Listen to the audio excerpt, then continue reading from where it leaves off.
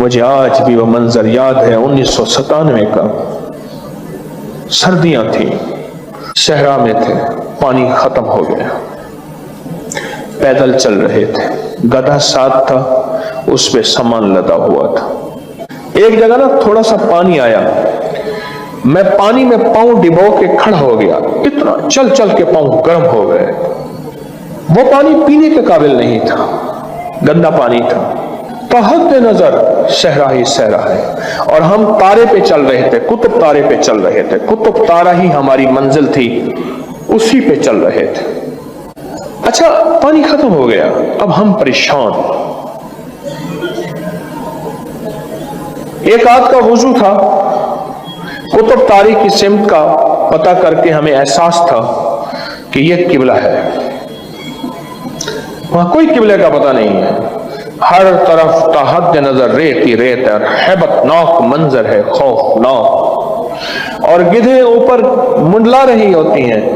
بندہ گرا اور ابھی اس کی سانس نہیں نکلتی اور گدھے نوچنا شروع کر دیتی ہیں۔ میں نے اپنی آنکھوں سے ڈھانچے دیکھے ہیں، ہڈیاں پڑی ہیں، پھر ان ہڈیوں کو بھی جانور آ کے کھانا شروع کر دیتے ہیں، کھانے والے، پھر صرف موٹی اور بڑی ہڈیاں بچ جاتی ہیں، باقی کچھ بھی نہیں بچتا۔ میں نے وہاں ایک نظارہ دیکھا تھا اپنی زندگی میں، جب ہمیں پیاس آئی نا، ہم کئی دنوں سے سفر کر رہے تھے، کوئی مہینہ سوا مہینہ ہو گیا تھا سفر کرتے ہوئے، صحرا کے اندر کوئی دنوں کا سفر تو نہیں تھا، وہ تھا سوا مہینے کا سفر۔ وہ آج تک گدھ نہیں دیکھے۔ جب ہم پیاس سے نڈھال ہو گئے، گدھ ہمارے اوپر منڈلانے لگے، گدھوں کو پتہ چل گیا یہ پیاسے ہیں اور ابھی گرنے والے ہیں، اور ہم میں سے 3-4 بندے گر گئے تھے، بس ایسے پکڑے پڑے، بس سانس ہل رہی تھی، ان کی سانسیں ہل رہی تھی، اور جو ہمت والے تھے وہ تھے۔ اب طے ہوا کہ 2 رکعت نماز نفل پڑھ کے سورۃ یاسین پڑھے۔ 2 رکعت نماز نفل پڑھ کے سورۃ یاسین پڑھے، یہ طے ہوا۔ بس جن کو یاد تھی، جن کو نہیں تھی، ان سے کہا بس دعا کریں نفل پڑھ کے حاجت کے۔ اب مجھے یہ بتائیں، اس وقت میں نے بیٹھ کے وہاں دعا کی ہوگی، اور وہاں کا جو درد ہوگا، اور وہاں کا جو غم ہوگا، اور وہاں کی جو کیفیت ہوگی، اس درد اور کیفیت کے بارے میں آپ کوئی ترجمہ کر سکتے ہیں؟ اچھا نڈھالی تھی، مجھے یاد ہے میں نے ایسے ہاتھ اٹھائے ہوئے تھے نا، ایسے ہاتھ پر ایسے میں گھٹنوں پہ رکھ کے ایسے مانگ رہا تھا کہ اللہ پانی دے دے۔ وہاں کا ایک صحرائی بھی ہمارے ساتھ تھا، صحرائی، اور وہ بھی بے بس ہو چکا تھا، حالانکہ صحرائیوں کے پاس بڑی تدبیریں ہوتی ہیں۔ ابھی دعا مانگ ہی رہے تھے، تھوڑی دیر کے بعد کہنے لگا بوزر آ رہا ہے، بوزر۔ ایسے اس نے نا اپنے کانوں کو زمین کے ساتھ لگایا، کہنے لگا کہ 30-40 میل کی آواز میں کانوں سے سن لیتا ہوں کہ گھوڑا ہے، گدھا ہے، کیا ہے۔ کہنے لگا پانی آ رہا ہے کہیں سے، پتہ نہیں پانی کہاں سے آئے گا۔ ٹینکر پانی کا وہاں کی جو چیک پوسٹیں ہوتی ہیں ان کو پانی سپلائی دیتا ہے۔ اچھا تھوڑی دیر ہوئی، خود آواز ہم نے بھی سننا شروع کی، کھڑے ہو گئے اور دیکھنے لگے، اور سامنے آ گیا اور وہ ہماری طرف آ کے رکا، اور فوراً اس نے پوچھا پانی ہے؟ انہوں نے کہا نہیں ہے۔ اس نے پیچھے سے ایک ٹونٹی کھولی اور جی بھر کے پانی پیا، برتن بھرے، بوتلیں بھری، اور اس کے بعد وہ اپنی منزل پہ چلا گیا۔ 2 رکعت نماز نفل پڑھے حاجت کے، اور اس کے بعد 3 دفعہ سورۃ یاسین پڑھی۔ میں نے صحراؤں سے لے کر ویرانوں تک، ویرانوں سے لے کر جہازوں تک اس کو آزمایا ہے، ہر جگہ یہ نفل کمال ہے۔ میرے پاس کوئی بھی بندہ آئے کہ میں نے نیا گھر بنایا ہے، کیا کروں؟ میں کہتا ہوں 81 دفعہ مل کے سورۃ یاسین پڑھ لو، دعا کر دو، اللہ تیرے گھر میں برکت دے دو۔ صلحاء کا یہ معمول ہے، اولیاء کی ترتیب ہے۔ وقت کے بڑے بڑے ابدال، غوث، پہنچی ہوئی ہستیاں، جنید بغدادی جیسے، حضرت پیر علی حجویری رحمت اللہ علیہ جیسی بڑی بڑی ہستیوں کی خانقاہوں میں صبح نماز فجر میں کسی سے بات کیے بغیر سورۃ یاسین پڑھی جاتی تھی، پھر اللہ کی بارگاہ میں فریادیں پیش کی جاتی تھی۔ اب تو اتنا طاقتور عمل کر چکے ہیں، اور جس کے فضائل احادیث میں ہیں، یہ جو صبح سورۃ یاسین پڑھے گا شام تک کے کاموں کی کفایت اللہ اپنے ذمے لے لیتا ہے۔ آپ یہاں بیٹھے پڑھ رہے، آپ کا گھر، آپ کے بچے، بیوی، کام، کاروبار، ذمہ داریاں، سارا نظام میرے رب کریم نے اپنے ذمے لے لیا، اور وہ سچوں کا سچا ہے اور وہ وعدہ نبھانے والا ہے۔ اللہ کہتا ہے کہ صبح سے لے کر شام تک تیرے کاموں کی میں نے کفایت کر دی۔ جو شخص فجر کی نماز کے بعد سورۃ یاسین پڑھتا ہے، اس سورۃ یاسین کے ساتھ فیصلے ہیں۔ اب میں کچھ چیزیں بتاتا ہوں۔ جب بندہ پہلی دفعہ سورۃ یاسین کی صرف یاسین پڑھتا ہے نا، یاسین، یہ حروف مقطعات ہے، اور اس کا علم، اس کا مفہوم، اس کا معنی واللہ عالم بالصواب، اللہ اور اللہ ہی جانے، اور اس کا علم جانے۔ جب یہ یاسین پڑھتا ہے نا، یاسین، فرشتوں کی ایک طاقتور جماعت ہوتی ہے جو کہتی ہے مولا اسے کوئی خبر نہیں ہے کہ اس کا معنی کیا ہے، یہ لا علم ہے، اور مولا تجھے علم ہے اس کا معنی کیا ہے، اس کا نفع کیا ہے، اس کا فائدہ کیا ہے، اس کی طاقت کیا ہے، اس کی تاثیر کیا ہے، اس کے فائدے کتنے ہیں، اور اس سے کتنے مسائل حل، کتنی مشکلیں دور، کتنی پریشانیاں دور، کتنی ناکامیاں ختم، کتنی عزتیں، برکتیں اور قوتیں ملتی ہیں۔ مولا اس کو تو علم نہیں، تیرے علم میں ہے، اب تو اپنے علم پہ اس کو استعمال کر اور اس کو وہ ساری نعمتیں عطا فرما، ساری نعمتیں عطا فرما۔ جس کے پاس مال ہوتا ہے وہ اکثر کم مانگتا ہے اپنی نسلوں کے لیے۔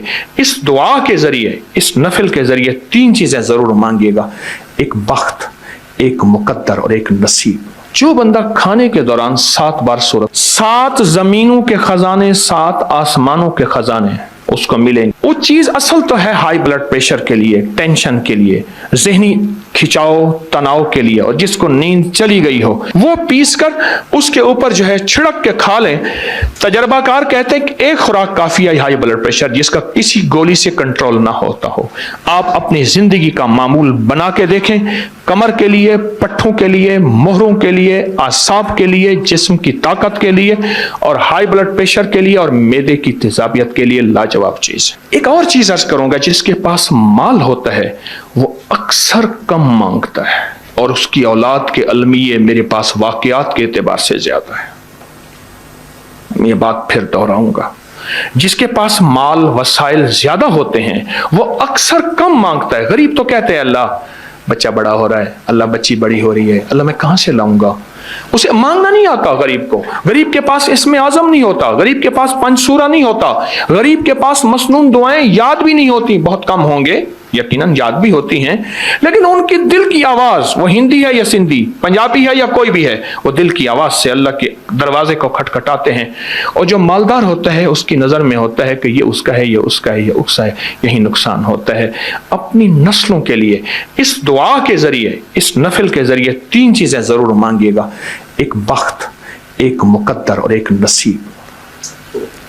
دیکھیے ایک بات عرض کروں، والدین اپنی نسلوں کو ٹرکوں کے ٹرک جہیز دیتے ہیں، سونا دیتے ہیں، چاندی دیتے ہیں، ڈائمنڈ دیتے ہیں، ہیرے دیتے ہیں، کھو دیتے ہیں، جائیدادیں دیتے ہیں، بنگلے دیتے ہیں۔ کوئی دنیا میں مجھے ایک والد والدہ بتا دے جس نے اپنی نسلوں کو بخت بھی دیا ہو، نصیب بھی دیا ہو، مقدر بھی ہو، اس کی ڈگری کہیں ملتی ہے تو مجھے دے دیں آپ۔ عرشی نظام ہے، یہ فرشی نظام نہیں ہے۔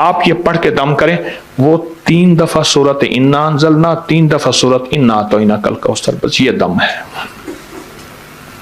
بس 3 دفعہ سورت قدر انا انزلنا اور 3 دفعہ سورت انا اعطینا کل کوثر, یہ دم ہے. اور وہ بابا جی یہی دم پڑھ کے لوگوں کو دیتے تھے اور لوگ حیرت انگیز طور پہ صحت یاب اب بھی دم کر رہے ہیں. لیکن یہ دم میں نے پھر لیا, اس کو چھاپا, اس کو پھیلایا, الحمدللہ مخلوق خدا کو فائدہ ہے. ایک چیز اور خدمت میں عرض کروں گا, پہلے خواتین محنت بھی کرتی تھیں, مزدوری بھی کرتی تھیں, مشقت بھی کرتی تھیں, بچے بھی ماشاءاللہ زیادہ ہوتے تھے, اور گھر کے کام لکڑیاں, گوبر, چکی, پانی یہ ہوتا تھا. ان کے ساتھ ایک چیز تھی, آج وہ چیز دینا چاہوں گا, اور وہ مردوں کے لیے بھی ہے. وہ چیز اصل تو ہے ہائی بلڈ پریشر کے لیے, ٹینشن کے لیے, ذہنی کھچاؤ تناؤ کے لیے, اور جس کو نیند چلی گئی ہو, یہ نیند کا بٹن ہے یا ہائی بلڈ پریشر نارمل کرنے کا بٹن ہے, معدے کی تیزابیت کے لیے لاجواب چیز ہے.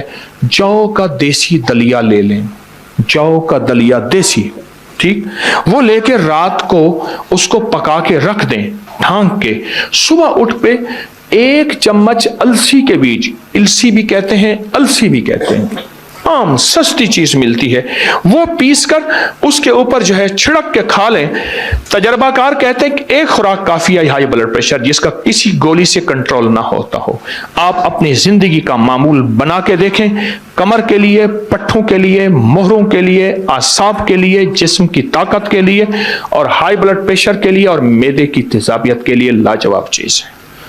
جو کا دلیا, اور اس پہ 1 چمچ صبح السی کے بیج جو ہیں, وہ السی کے بیج وہ چھڑک کے آپ دیکھیں اس کا کیا کمال ہے اور اس کی کیا حیرت انگیز ریزلٹ ہے.